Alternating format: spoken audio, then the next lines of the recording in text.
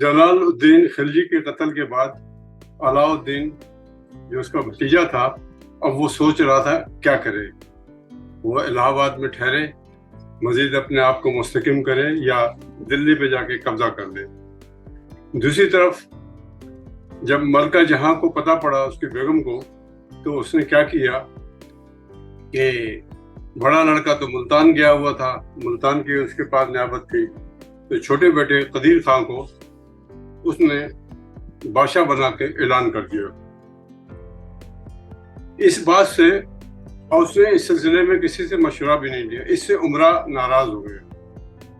عمرہ کی ناراضگی کو جب علاؤالدین خلجی کو پتہ پڑا تو وہ لشکر لے کر روانہ ہو گیا اور اس نے دیوگری سے جو دولت پائی تھی اس کو رستے میں لٹاتا ہوا چلا. روزانہ 5 من روپیہ تقسیم کرتا تھا لوگوں میں. تو اس کی شہرت سن گئی، سونا چاندی تقسیم کرتا تھا، اونٹ کے مال و اسباب سے لدے ہوئے اونٹ بخش دیتا تھا. دور دور سے لوگ اس کے پاس بطور لشکر کے آنے لگے اور یہ ایک جم غفیر لے کر روانہ ہو گیا. ملکہ جہاں نے جب یہ صورتحال دیکھی اور دیکھا کہ اس کے امراء بھی بدل ہو گئے ہیں اور خفیہ طریقے سے علاؤالدین سے مل رہے ہیں، تو اس نے اپنے بیٹے کو ملتان سے بھیجا کہ تم آ جاؤ اور آ کے حکومت سنبھالو. تو بیٹے نے جواب بھیجا وقت نکل گیا ہے، اب ایسا نہیں ہو سکتا، میرے پاس اتنے پیسے نہیں ہیں کہ میں 6 ماہ کی پیشگی تنخواہ سپاہیوں میں بانٹوں.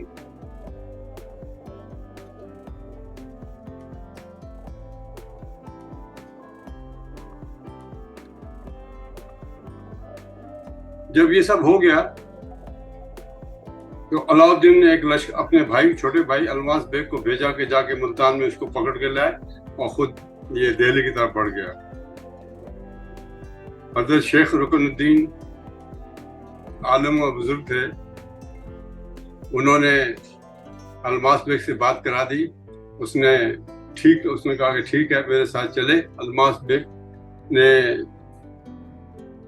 جلال الدین کے بچوں کو ساتھ لیا. راستے میں اس کے دونوں بیٹوں اور داماد کی جلال الدین خلجی کی آنکھوں میں گرم سلائی پھیر دی کے اندھا کر دیا اور یوں جلال الدین کی پورے خاندان کو تہہ تہہ کیا، حتیٰ کہ اس کی بہوؤں کو اور اس کی بیویوں کو نہ چھوڑا، سب کو جیلوں میں ڈالا یا ان کو ہلاک کروا دیا. اسی سال منگولوں کے حملے میں ہوئے. علاؤالدین کو خوش قسمتی تھی، اس نے ان کو منگولوں کے حملوں کو ناکام بنایا. اور پھر اس کی زندگی میں 20 سالہ حکومت میں کئی دفعہ منگول آئے اور شکست کھا کے گئے.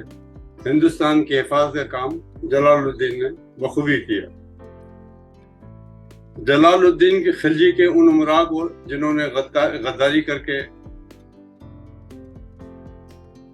علاؤالدین کا ساتھ دیا تھا، اس سے ان کا مال اسباب بعد میں چھین لیا. کچھ کی آنکھوں میں گرم سلائی پھروا دی کہ یہ غدار ہیں، جب انہوں نے میرے چچا کا ساتھ نہ دیا تو میرا کیا دیں گے، اور ان کی تمام خزانہ شاہی خزانے میں جمع کیا. اور وہ امراء جنہوں نے علاؤالدین کا ساتھ نہ دیا تھا اور جلال الدین کے ساتھ رہے تھے، ان امراء کو کچھ نے کہا انہوں نے اپنی زندگیاں عیش و عشرت سے گزاری.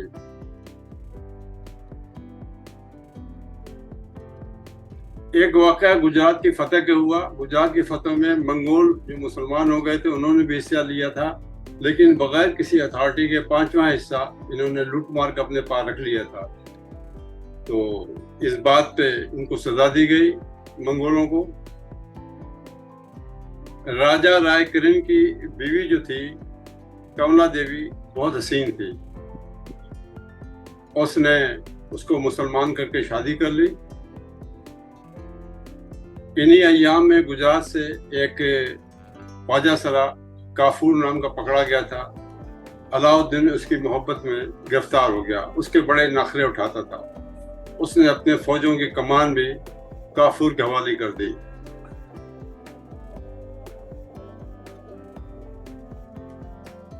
منگولوں نے دوسرا حملہ بھی کیا اور اس کے ظفر خان نامی سالار نے بڑی محنت سے اور جرأت سے ان کا شکست دی، اور لیکن اس شکست میں مارا گیا۔ ظفر خان وہ سالار تھا جس کی وجہ سے دل میں یہ بھی خوف رکھتا تھا علاؤ الدین اس کی کامیابیاں دیکھ کر، لیکن جب اس نے سنا کہ منگول بھی بھاگ گئے اور ظفر خان بھی مارا گیا تو اس نے سمجھا کہ یہ اس کی غیبی مدد ہوئی ہے۔ مسلسل کامیابیوں سے اس کا دماغ خراب ہو گیا اور اس نے سوچا کہ اپنے جو مخصوص نشست تھی ان کے اندر بیٹھ کے کہنے لگا کہ جس طرح آن حضرت صلی اللہ علیہ وسلم کے 4 یار تھے تو اسی طرح میرے بھی 4 آپ گہرے دوست ہیں، انہوں نے سپہ سالاروں اور ان سے ذکر کیا، بھائی الماس بیگ ان میں شامل تھا اس کا۔ تو اسی طرح اس کو خیال ہوا کہ اب میں نے اتنا ہندوستان فتح کر لیا ہے، کیونکہ دکن کے فتح کا سہرا تو علاؤ الدین کا سہرا ہے، اس سے پہلے ابھی تک ساؤتھ میں کوئی مسلمان بادشاہ نہ گیا تھا۔ تو اس نے کہا کہ اب میں حکومت کسی اپنے امیر کو سپرد کر کے خود سکندر کی طرح چلا جاؤں اور دنیا فتح کروں،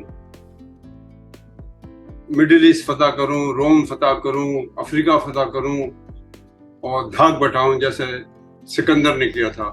اس سلسلے میں جمعے کے خطبے میں اس نے اپنا نام بھی شروع کرا دیا، سکندر ثانی علاؤ الدین خلجی۔ دہلی کا کوتوال جو علاؤ الدین کا ہم نام تھا، تو علاؤ الملک تو وہ موٹا بہت تھا، تو مہینے میں 1 دفعہ اس کی ذاتی محفل میں آتا تھا۔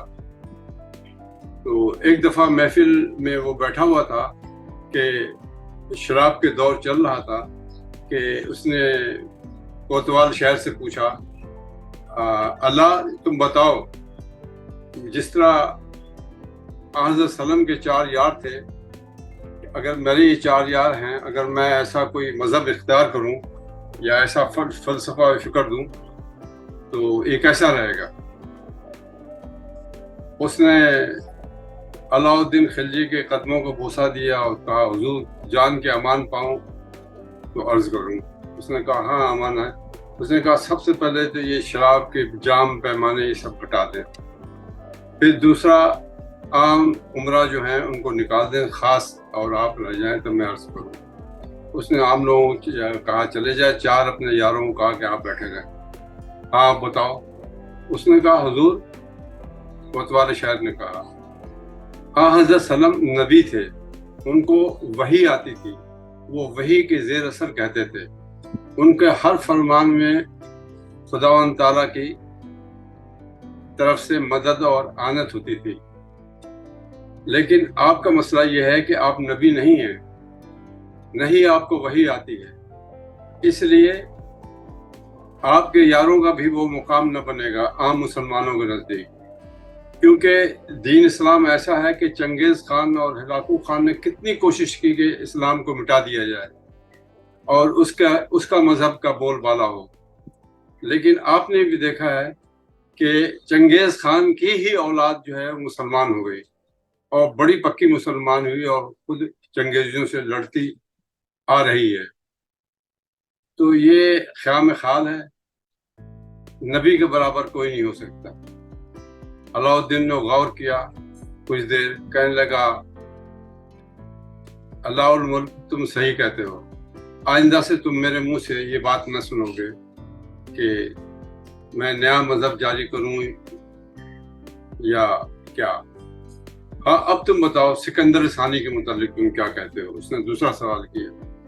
اس نے دوبارہ پیروں کو بوسہ دیا، کہا حضور یہ آپ کا خیال بالکل صحیح ہے، آپ سکندر ثانی بن سکتے ہیں اور ہیں، آپ نے 80 سے اوپر لڑائیاں لڑی ہیں اور ہر لڑائی میں آپ فتح یاب ہوئے ہیں، کوئی شبہ نہیں کہ آپ سکندر ثانی ہیں، لیکن حضور جب آپ یہ دہلی چھوڑ کے چلے جائیں گے تو کس کے پیچھے چھوڑ جائیں گے؟